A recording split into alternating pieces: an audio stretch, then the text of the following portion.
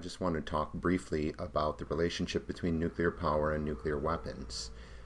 Nuclear power plants were first invented and built in the United States in the early 1940s. The first three nuclear power plants were built at Hanford, Washington, with the express purpose of producing plutonium. Nuclear power plants existed in the West for over 10 years before there was any idea to use them to generate electricity for the use of regular civilians. So nuclear power plants were invented to make nuclear weapons. It's certainly the case that for any nation that pursues nuclear power, they have the option to build nuclear weapons. Nuclear weapons will not be built without nuclear power plants. So if a nation has nuclear power plants, they have the capacity to then build nuclear weapons. The only reason they wouldn't build nuclear weapons at that point is by political choice. Japan has lots of nuclear power plants. It has not built nuclear weapons, but it has a large stockpile of plutonium from its nuclear power plant fleet that it can easily convert into nuclear weapons in what experts consider to be a fairly short amount of time of 1 to 2 years. Nuclear power and nuclear weapons go hand in hand. India is already a nuclear weapon state. As a result, there is some anxiety among some of the nations making deals with India about further nuclear testing and how that might relate to building new nuclear power plants. Here in Japan, we've just, as you all know, suffered 3 years ago the Fukushima Daiichi triple meltdown and contamination of large portions of northern Japan from the 3 explosions that happened at the Fukushima plant. These plants were designed seemingly with repeated backup systems that would keep any danger from happening and any problem from happening. They were designed to meet what was assumed to be the largest potential earthquake, the largest potential tsunami that could happen. But as we've seen repeatedly in the nuclear power industry, the best intentions and designs and backup systems of human beings never do anticipate all that may happen. And clearly what happened at Fukushima Daiichi was that there was a larger earthquake than planned for, a larger tsunami than planned for, and given the fact that in Japan there had been years and years of lax regulation that allowed TEPCO and other nuclear plant operators to avoid safety procedures, to avoid backup procedures, to avoid having equipment on hand, all of this worked together to create a disaster that exposed lots and lots of people and continues to expose lots and lots of people to radioactive contamination. The explosions that happened here in Japan at Fukushima brought many alpha-emitting particles up into the air and then down over large areas of northern Japan. These are scattered far and wide. There are little hot spots in places on one side of a street and not on another side of the street. Children here in Japan are going to schools that have been, at least to some extent, decontaminated, but they are not allowed to play outdoors. They're not allowed to play in parks. They're not allowed to play in the woods in many areas where this plume came down. So their lives are now forever changed, and the likelihood of keeping them from encountering small alpha-emitting particles and internalizing them, which can easily lead to disease down the line, as was seen here in Hiroshima and in Nagasaki from the radioactive fallout that came down after the nuclear attacks here, there's lots of dangers ahead for the children, especially of northern Japan, and certainly for all the people who live there. And it's uncertain. It's not easy with alpha-emitting particles to know exactly which areas are dangerous and which areas aren't. It's easy with gamma rays that come from the plant to know where the radiation is high.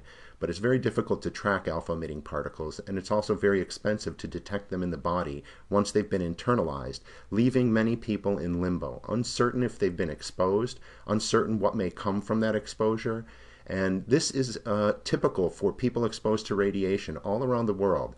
There are millions of people around the world who have been exposed to radiation from nuclear weapon testing. There have been over 2,000 nuclear weapon tests in the world on every continent except for South America and Antarctica. From nuclear weapon production, for example, manufacturing plutonium in nuclear power plants. The most contaminated place in the United States is the Hanford Reservation in eastern Washington on the West Coast. This is where the United States produced plutonium for weapons, and this was done by running nuclear power plants. It's the most contaminated place in the United States. Uranium mining, uranium milling, All of the steps of producing nuclear materials have resulted in contamination in communities and ongoing contamination in the people who live there. I've worked around the world in radiation-affected communities, studying the social and the cultural aspects of how radiation exposure changes families and changes communities.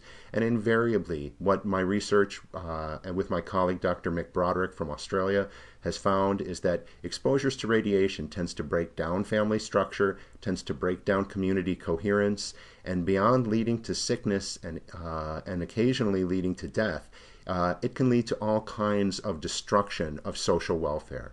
People sometimes lose their traditional homes. They are moved from their homes. With this, they lose connection to ancestors. They lose connection to community tradition, community knowledge. Often families are moved to temporary housing. We see that in northern Japan from those evacuated from Fukushima. When this happens, you have a separation between one generation and elder grandparents, reducing the amount of care grandparents can receive. You see the absence of aunts and uncles and grandparents in the house and neighborhood, reducing child care help. The family structure begins to change. People become more dependent on processed foods, and people lose connection with their ancestry, lose connection with their traditions, and lose connection with their land. All of these are supposed to be things that don't happen because nuclear power is never supposed to have accidents. However, history has shown us otherwise.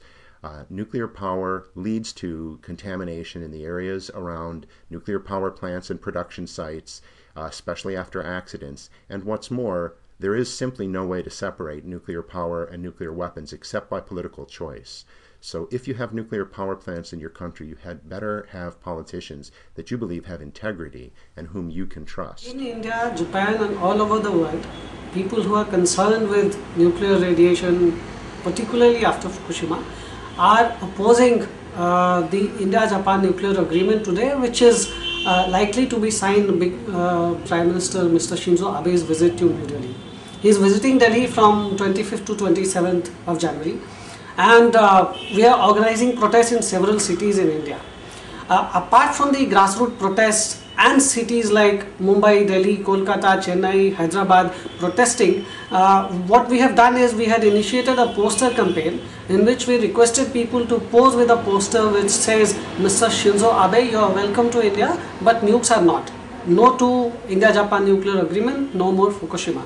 And this whole campaign has got massive response from the people across the world. We have got several hundred such pictures from Japan, several thousand people in India in places like Jaitapur, Koodankulam, Kovvada, Chutka, Ftehabad, Mithi Virdi have posed with the poster, eminent people, filmmakers.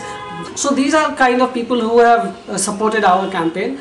And today in Mumbai, we'll release this collage which is made of all these posters in protest in the evening.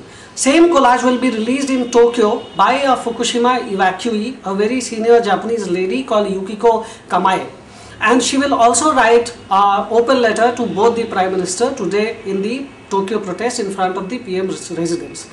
The reason why we are opposing India's India-Japan nuclear deal, there are three basic reasons. One is Japan, after Fukushima, has not been able to contain the accident really. Massive radiation, very lethal radioactive waste and irradiated water is spewing even as we talk about this protest. Shinzo Abe's government has really failed in containing the toxics in Fukushima. And under the pressure of countries like US, France, and Russia, which want to do business with India, but will not be able to do so unless India has an agreement with Japan, because all these reactor projects will use crucial components supplied by Japanese companies. So under US pressure and other pressure of all the other countries which are supplying nuclear reactors to India, Japan government has been forced to sign an agreement with India. Of course, the Indian government is also indulging in a very insane nuclear expansion after Fukushima. So these two governments are ushering in a new nuclear expansion in India, which is happening at the cost of environment, which is happening at the cost of displacement and dispossession of people. And in this expansion of nuclear energy in India, the government is brutally crushing grassroots protests. People, villagers, fishermen in India, in places like Koodankulam, Jaitapur, Ftehabad, wherever they have come, and they have come with peaceful protests consistently, there have been brutal police repression. People have been charged with sedition and other fictitious criminal charges, which is atrocious. So this is one reason why we are opposing this nuclear agreement between India and Japan. Second reason is, of course, that rewarding India with nuclear supply, the entire world is grappling with Iran and other new proliferators, is a very, very bad precedent for global disarmament. Practically means that a country like India, which conducted nuclear tests in total contempt of the world opinion about nuclear weapons, is being rewarded by Japan, which so far has very consistent positions on NPT. India is not a signatory to NPT and CTBT, and legitimizing its nuclear weapons will be a very bad precedent. Last year, both the Hiroshima and Nagasaki declarations, these happens on 6th and 9th August every year. So in Hiroshima and Nagasaki declaration, the survivors of nuclear bombings in Japan severely criticize India-Japan nuclear agreement for this reason. We stand in solidarity with them, and we demand, until India puts a clear ban on its nuclear weapons, until it signs CTBT and NPT and pursues nuclear disarmament, this kind of supply, this kind of legitimacy of its nuclear weapons is totally absurd. Thirdly, if you look at it, the whole India-Japan relationship are moving in a direction of military proximity. It is a kind of in US, India, Japan, Australia nexus to contain China. So we also see that the nuclear agreement and other things like joint military exercises and so on are actually paving a way to more military confrontation in Asia, which does not bode well for peace and security in the region.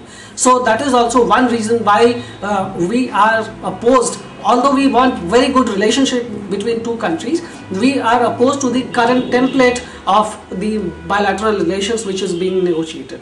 Professor Bo Jacobs of Hiroshima University also told you the government has really failed in containing Fukushima, and people across the board. We started this poster campaign, it has got a very good response. People in Hiroshima, Fukushima, people in Tokyo, all over Japan have posed with the poster, people in India, and also we have got solidarity from other countries like Germany, US, UK, Australia and so on. So this is a global protest, and globally, jointly, people are coming together and saying a strong no to India-Japan nuclear agreement. I hope this message goes out to both the governments. On our behalf, Mrs. Lalita Ramdas has written a personal letter to the Japanese First Lady urging her to stop the nuclear agreement. So hope all these voices make some sense to both the government, and they see the common sense and they put a stop to this insanity.